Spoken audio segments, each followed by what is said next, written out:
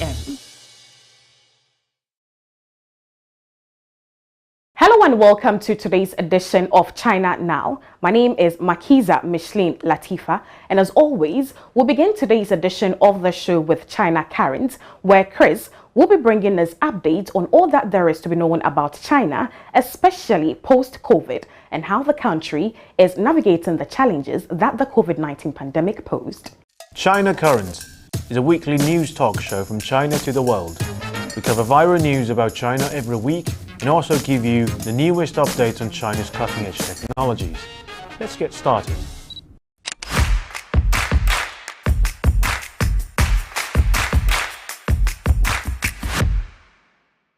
Hi, welcome to China Current. I'm Kris. This past Labor Day holiday in China, spanning from 29th April to 3rd May, is the first national holiday unaffected by COVID restrictions. The 5-day holiday is often referred to as the Golden Week in China.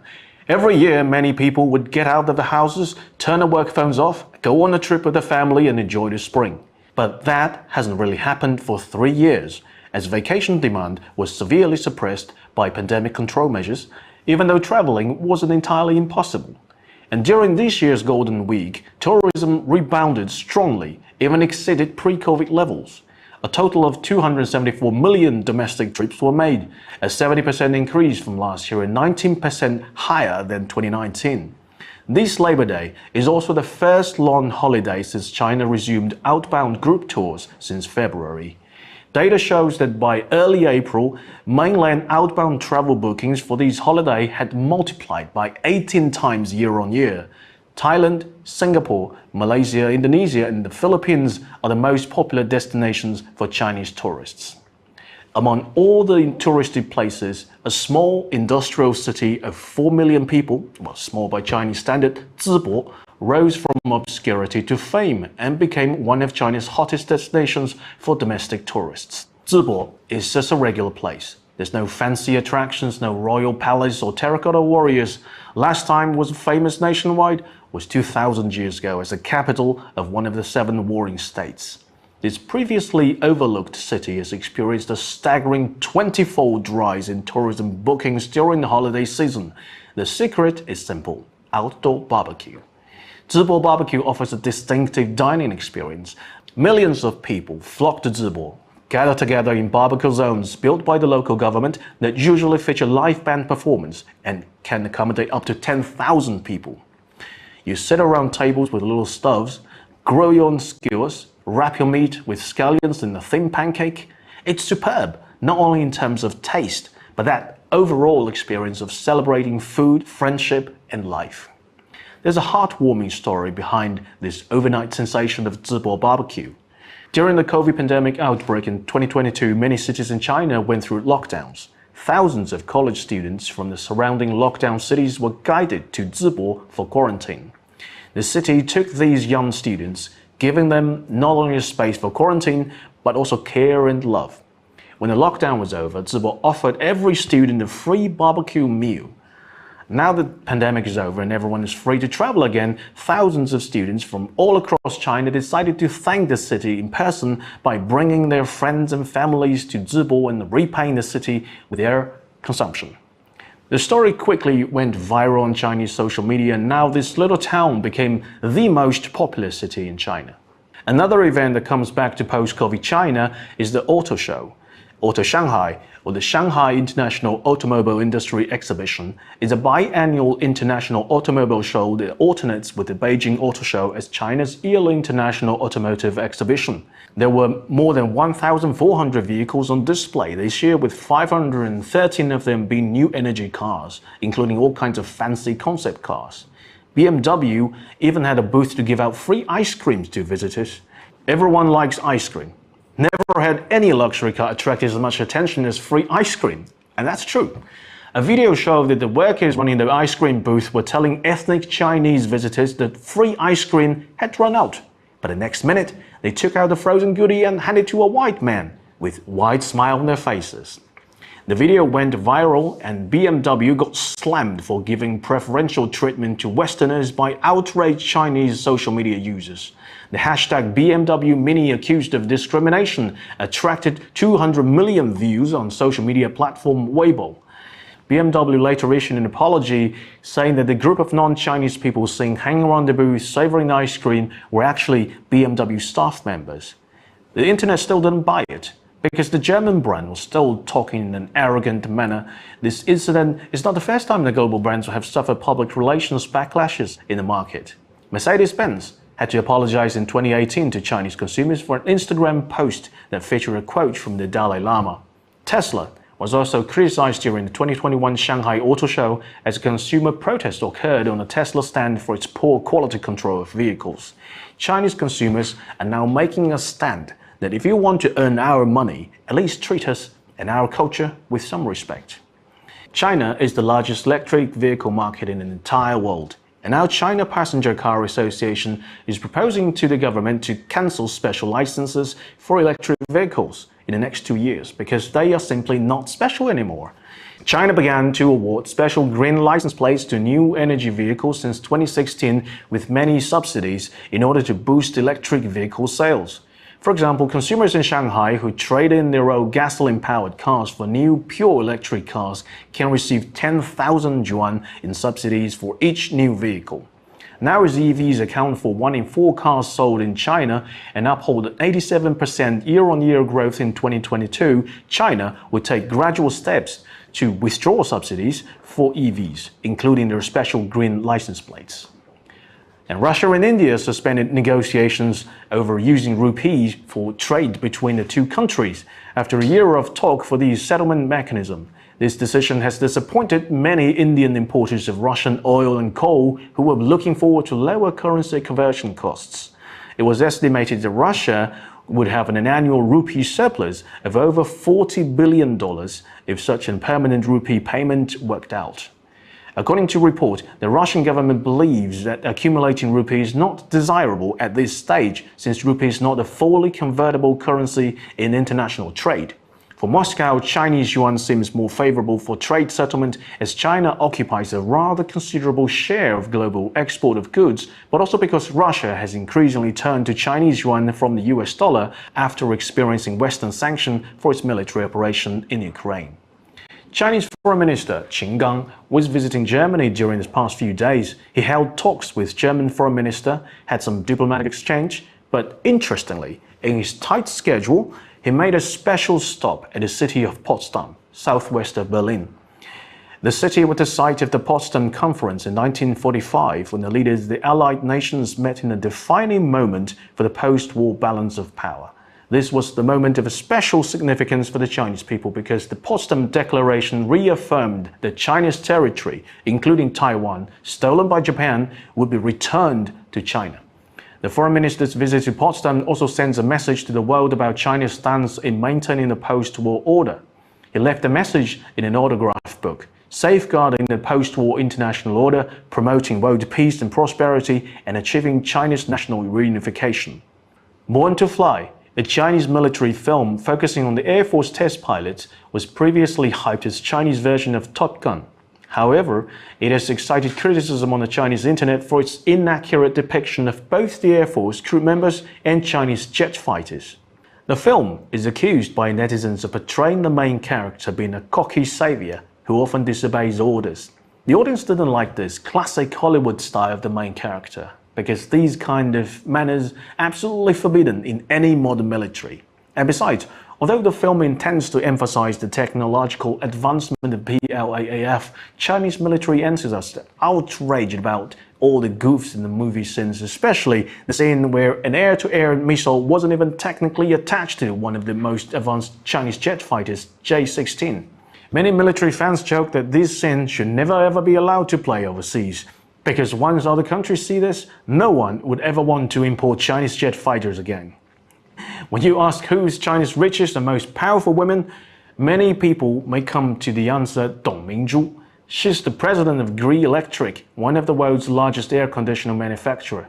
Because of her toughness in the business world, she's often called by the internet as the Iron Lady. Dong is also an outspoken person and has appeared on several Chinese TV shows, including one reality TV show in 2021, We Who Are New to the Workplace. The show invited several outstanding young college graduates to film them as they started their first job internship after graduation. Dong came to the show as one of the bosses, and she hired her own intern, Meng Yutong. The Iron Lady loved her new intern and even promoted Meng to be her full-time secretary after the show. She even said publicly that she wanted to nurture her young secretary to be the second Dong Mingzhu. Her promotion drew huge controversy back then on the internet. To have the CEO taking you under her wings as your first ever job? For most people at the time, Meng sure entered the fast track of climbing the corporate ladder. But after 2 years, the young professional quit the job last week. According to Meng's social media post, it was because her working hours were simply too intense. She didn't have any weekends for 2 months straight and even worked 21 hours straight in one day. The news again hit big on the social media, but this time everyone is on her side. Everyone resonates with her about the pain of working extra hours, about how the bosses would always paint you a beautiful big picture just to tell you to work harder now. Meng said that she's planning to apply for graduate schools. Maybe she's not born to be the second Iron Lady, but herself after all. Now, that's what's been happening in China for the past week. Thank you for watching this episode of China Currents. If you have any thoughts and comments on our show, please contact us at email address below. Looking forward to hearing from you. Thank you so much, Kris, for bringing us all the updates we need to know about what's happening in China. It's now time for Threshold, the segment of the show that talks about advanced technological innovations in China. So today, Lisa will be telling us or giving us insights into the aerial seeding technology. Hi, I'm Lisa, and this is Threshold in China, a segment that gives you a taste of the future before it actually happens. Today, I'm going to talk about emerging technologies that have life-changing potential and assess their ability to influence our life in the near future. In 2022, more than 900,000 people worldwide are fighting to survive famine-like conditions. And it is 10 times more than that of 5 years ago. The world is facing a serious food crisis. Today, we are going to talk about a technology that helps to grow more food. It is called aerial seeding. So basically, it is spreading seeds using an aircraft. It is a technology that is becoming increasingly popular across the world, especially when the field is large. It can ensure that the seeds are evenly distributed by programming UAVs, that it spreads the seeds in a precise pattern.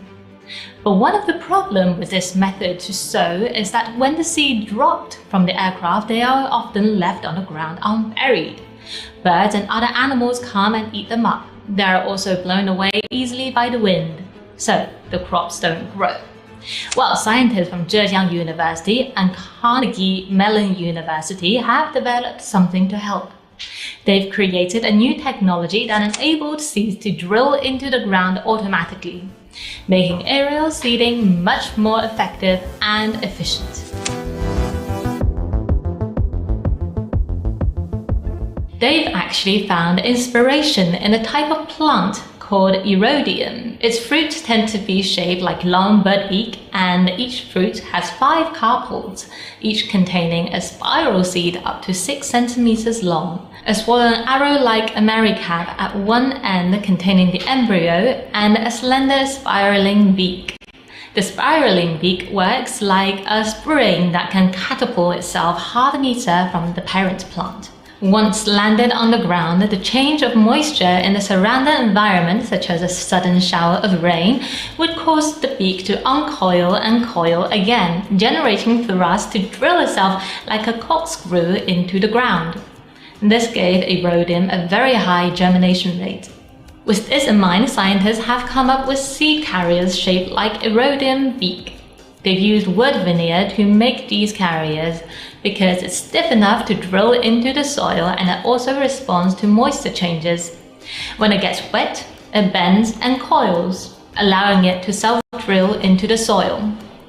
The secret here is that the wood veneer is composed of alternating layers of softwood and hardwood. These two kinds of layers have different compositions and structures, so when they absorb water, they swirl to different degrees, and this caused the layer to slide against each other, resulting in larger bending angles than that of other materials. More thrust is generated for an elastic material such as wood veneer, so it screws nicely into the soil. The scientists tested it out in different weather conditions. During the experiment, 2 light rainfalls occurred on the first day and a 6-hour thunderstorm with heavy rain on the second day. The results show that the anchored seeds have a 61% germination rate, and the seed carriers could germinate naturally without human assistance after 5 to 7 days in an open environment. In comparison, unburied seeds only achieved a 12.5 germination rate in the same condition, similar to conventional aerial seeding. Now, making these carriers is a process involving cutting, shaping, sanding, and gluing thin sheets of wood veneer together. It seems to be a very labor-intensive work, so could this process be automated in the future for mass production? Well, the answer is yes. Scientists are already thinking about solutions such as using cutting and shaping machines, robotic arms, and even 3D printing.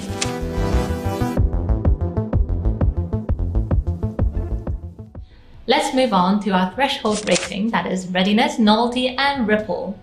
The readiness category refers to the maturity of a technology from lab demonstration, that is a 1, to mass production, that is a 5. The novelty scores refers to how new the innovation is. 1 means there is a small differentiation from existing technology, and 5 means the innovation fulfills a new function. Finally, ripple is our opinion of a technology's potential for life-changing impacts and how widely it can be applied elsewhere. So, how good is it according to the standard of threshold rating? The researchers have tested this technique in various conditions and designs, including single-tailed seed carriers with single-coiled and double-coiled bodies. They've even made a larger version of the carrier for the endangered white bark pine seed. Hence, the carriers could be customized and adapted to different tasks. However, the biggest hurdle, as we mentioned before, is how to automate the production process, which would eventually bring down cost and increase production. Therefore, at this stage, it is a 2 for readiness.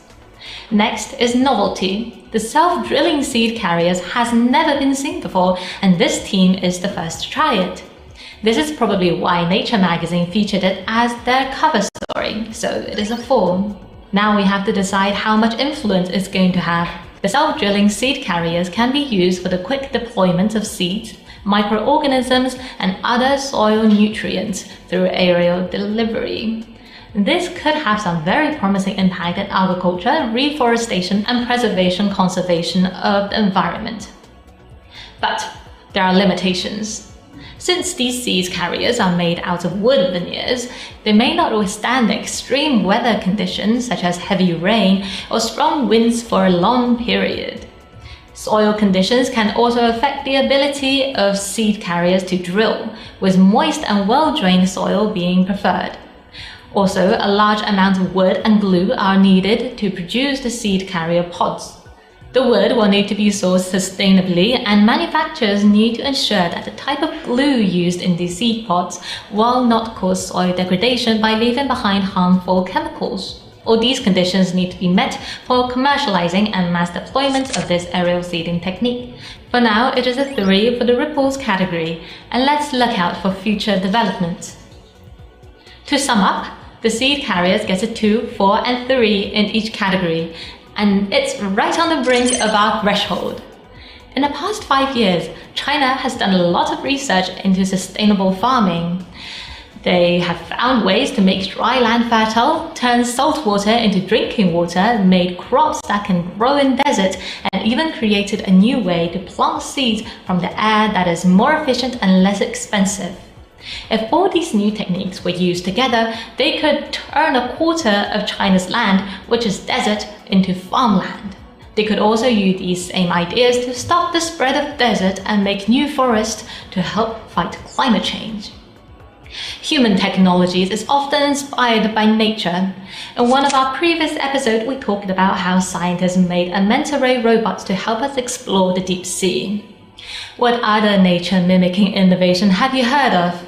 As usual, we welcome your feedback and thoughts. Bye. Thank you so much, Lisa. It's now time for the Thinkers Forum, and this week's episode of Thinkers Forum features Convener of the Socialist Movement of Ghana, Comrade Kyeretwie Opoku, who will be speaking on a very important subject matter, which is geopolitical changes in Africa. Thank you very much.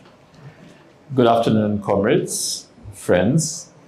It's a great pleasure to be here. I've been asked to speak a bit about geopolitical changes on the African continent. It's a huge topic, but I'll try and break it down a bit. So, core message is that Africa, based on its history, based on current trends, and the way geopolitics, global politics is shaping up, really has two possible futures. One, there's a Pan-Africanist future that allows us to participate in global affairs as a single large continent in a multipolar framework with all the other major blocs and countries of the world. The other possibility for Africa is that we are recolonized. Our old colonial masters in Europe and their new colonial master, the United States, have every intention to resume direct control of our affairs in a way that they have not had since the 60s and 70s. Why does this matter? We live in times of conflict. There's a low-key global war underway between the progressive socialist forces of the world that want to establish a new alternative for organizing society.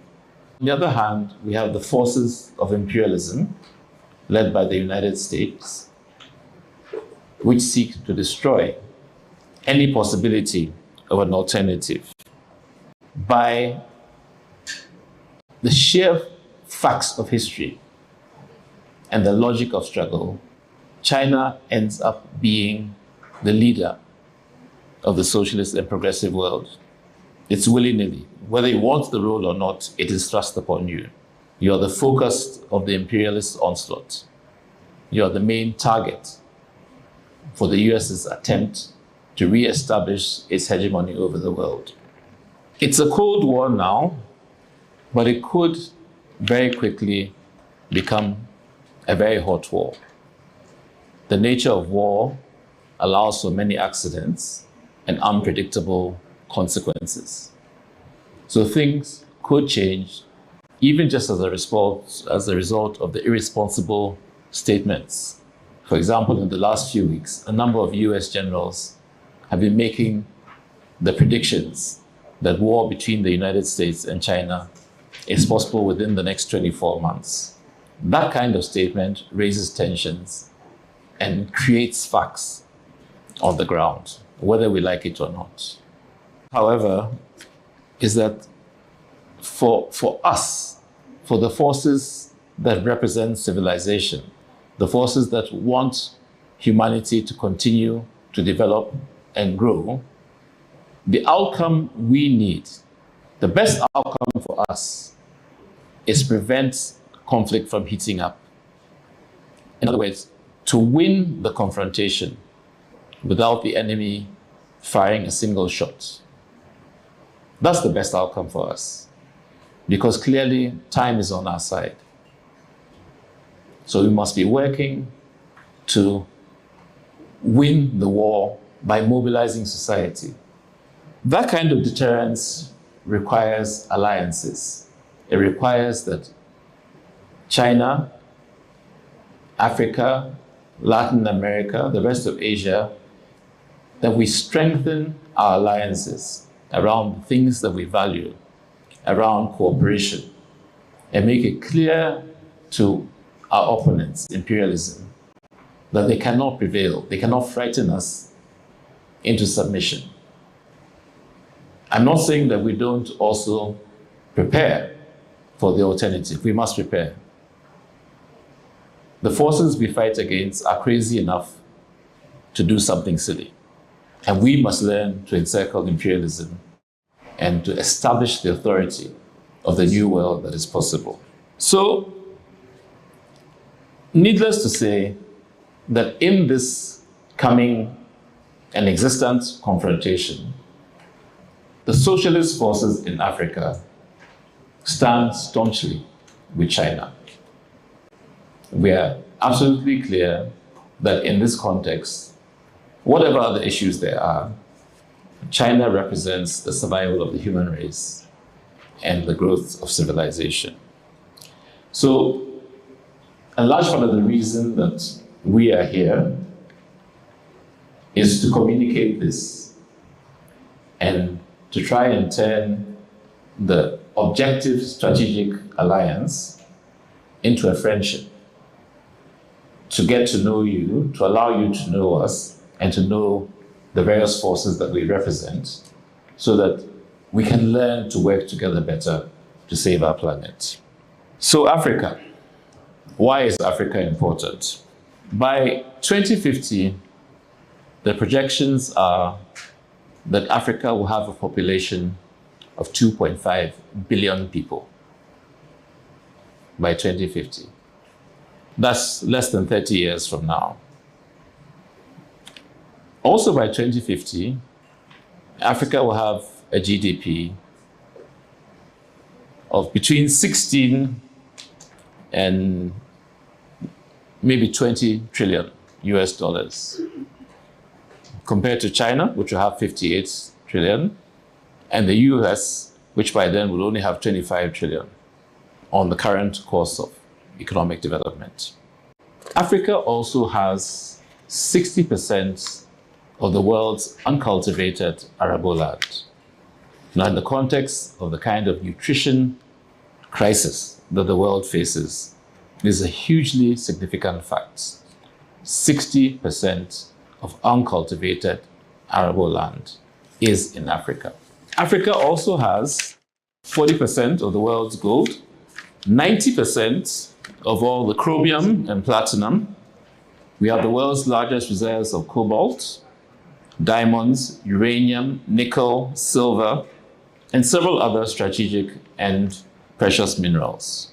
Africa also has, significantly in the context of the current and evolving conflict, 54 seats out of 198 in the United Nations Organization. Africa represents a quarter of the votes in the UN. Africa represents a very important bloc. I'm not suggesting that Africa has a monolithic vote, but the way Africans think about the rest of the world is important for how the world's various contexts and cooperation evolve. So, simply put, Africa's resources are critical for the development of humanity. But they are also critical for the logistics of conflicts. Either way, who Africa makes friends with, who Africa supports, who Africa is in solidarity with, is an important issue for the future of the world. Now, it is in this context that two trends are emerging around African geopolitics. This is vastly oversimplified, I know, but just to get the point across. So China is reaching out in solidarity, in friendship, in trade. It is developing infrastructure. It is financing projects. It is engaged in collaboration. It is engaged in cultural exchanges, education, etc. with Africa. Across the length and breadth of the continent, China is establishing mutually beneficial and science-based relations with Africans. And that is good. I'm not saying that China doesn't seek to get the best deal it can on specific transactions and so on. Trade is trade. We're all horse thieves when it comes down to it. But trade is very different from colonial acquisitions and domination. Now, on the other hand, imperialism's, and particularly the US and Europe's response to the fact of Africa's potential wealth is very different. That seeks to dominate and to control Africa's future. And this is partly an objective in itself, to access these resources for the benefit of American capital, American transnational corporations, and so on. So this is the context in which African geopolitics is changing. I'm sure everybody's aware of our history. We suffered 400 years of a transatlantic slave trade in which our best youth, male and female, were captured, were transported across the Atlantic Ocean, and became chattel, became beasts of burden to resource the growth of the United States, but also significant colonies in the Caribbean and then Brazil and so on. So many, many cultures, many, many civilizations were destroyed as part of keeping the slave trade going. I'm sure you're also all aware that following the collapse of slavery in the United States, as a result of the resistance of slaves themselves, as a result of changes in people's sense of the morality of things, partly because of the resistance and other things, that Europe in particular needed to find a new economy to replace the slave trading economy, which is when they hit on the brilliant idea of colonization. If you can't sell the people, control their resources, all the minerals and the energy resources that I spoke about earlier. So colonialism was essentially about converting Africa into a series of resource concessions owned by competing European states.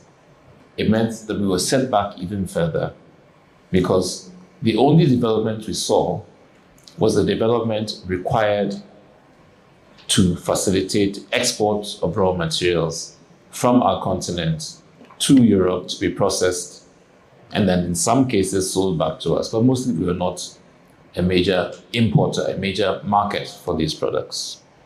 Then, after the Second World War, when Europe was simply too weak to forcibly maintain control over its African possessions, they hit on the grand strategy of slowly, grudgingly allowing what we call flag and anthem independence.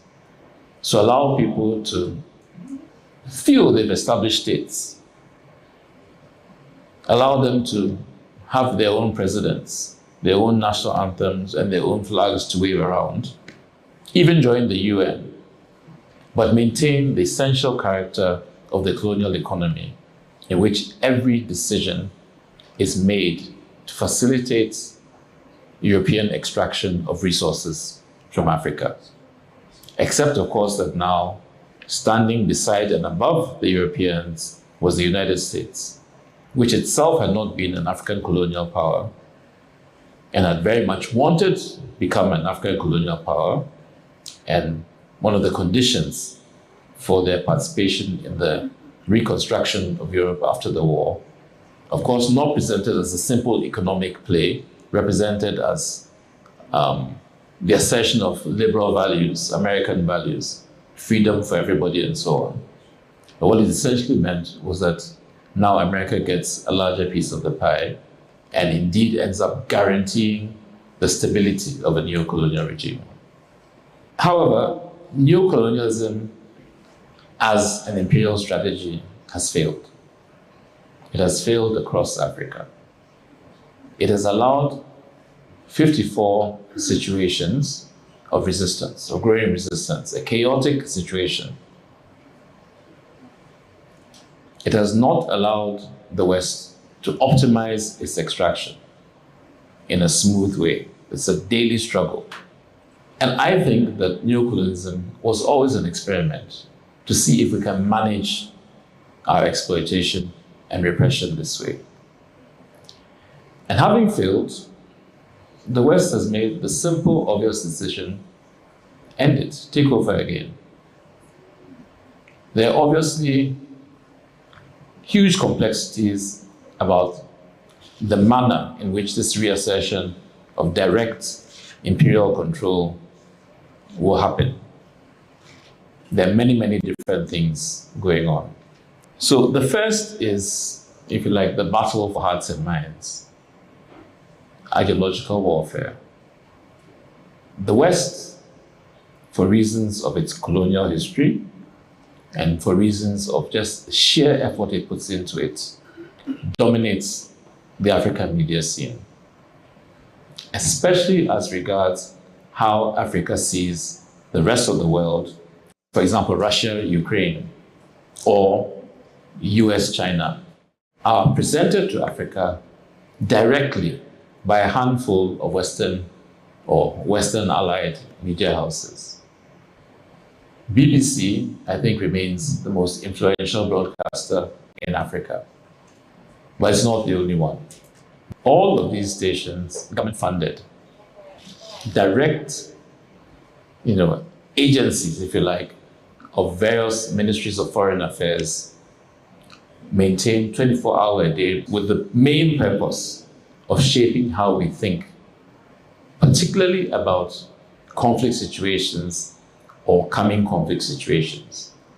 And that's important because even the indigenous African stations, because we seldom have the capacity for independent news gathering, you'll find that station after station collects its international news direct from one of these other stations. In most cases, without even editing the language.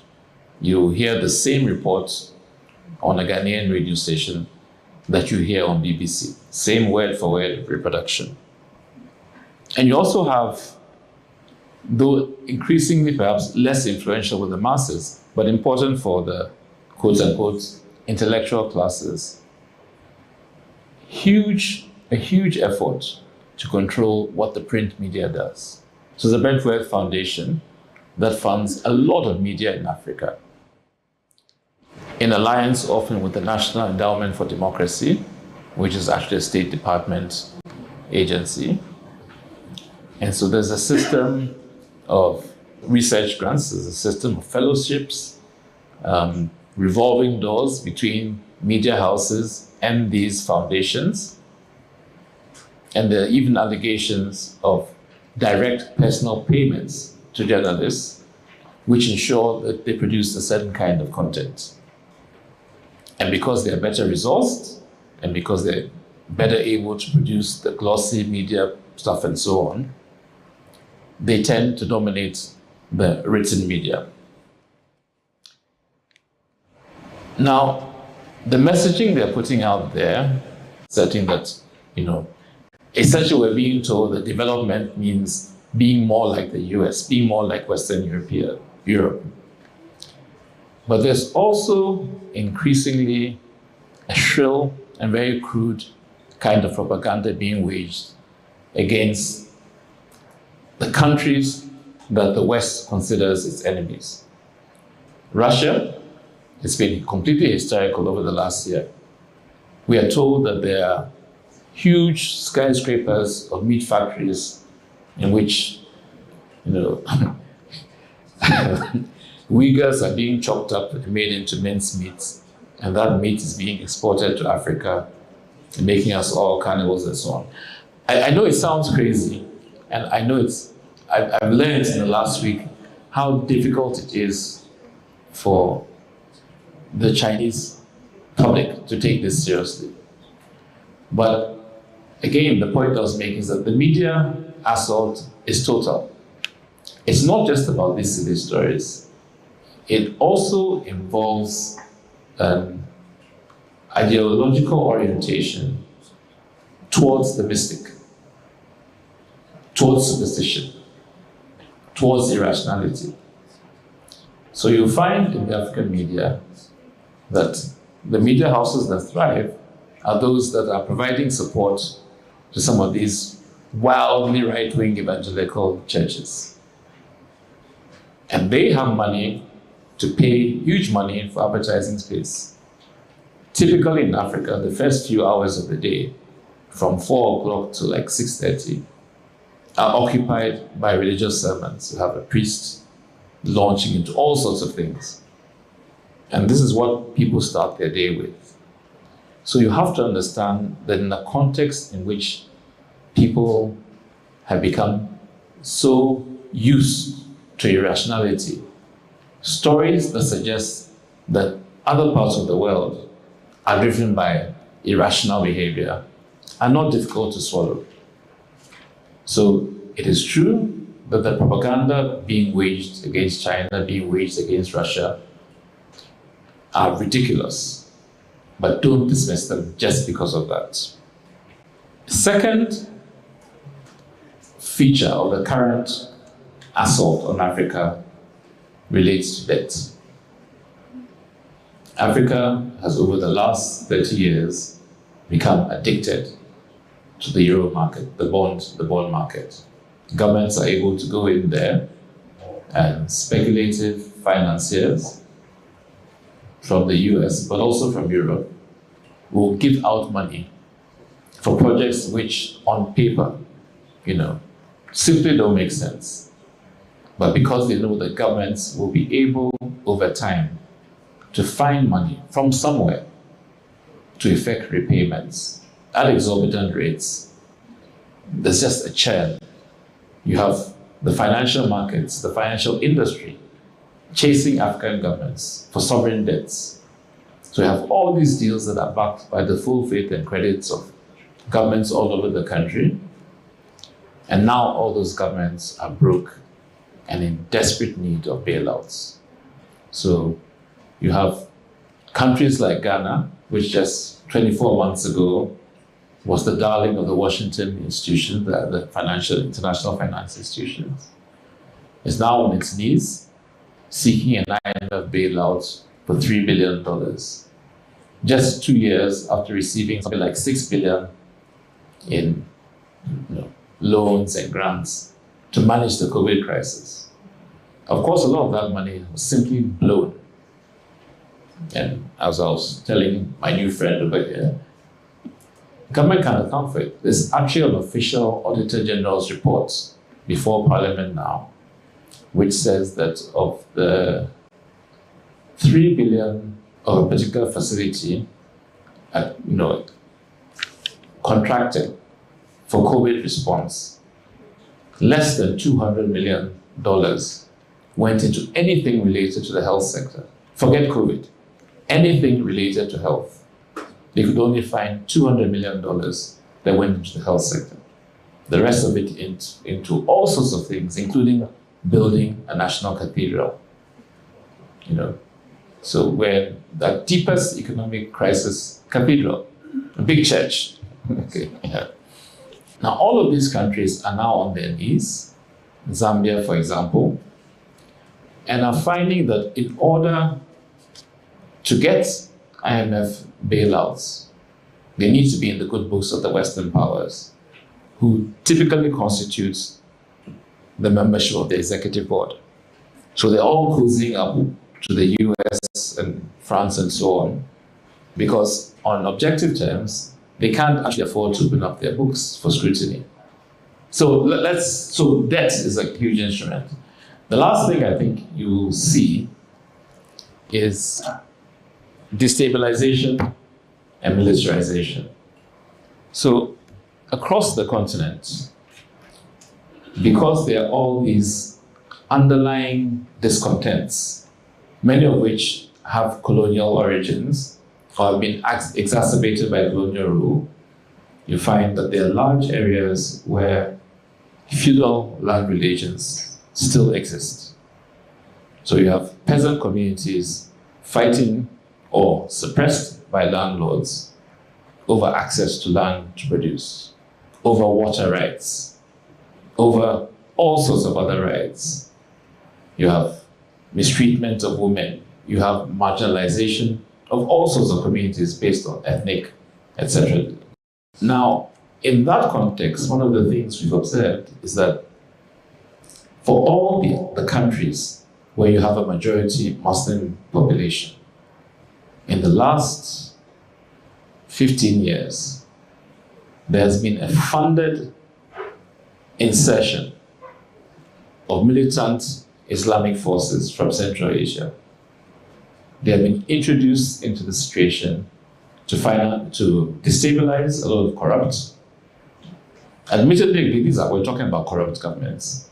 These are not people's governments, but it's the responsibility of their own people to deal with it, not militants from Asia, who suddenly are well-funded, well-armed, and have communication support and so on.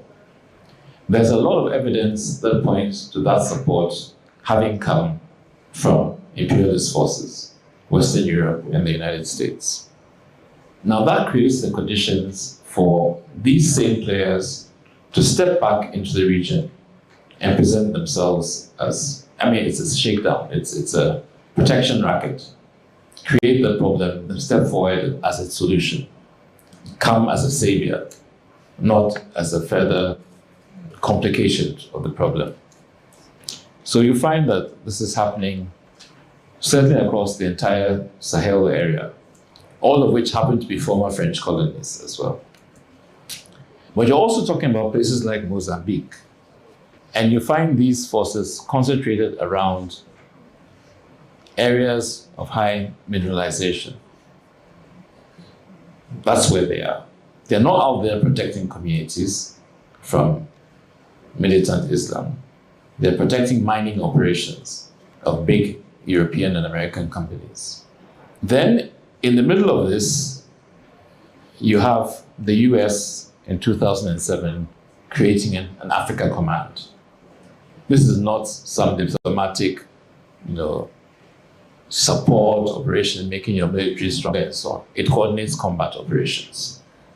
At the same time, you have NATO declaring that Africa is its southern border.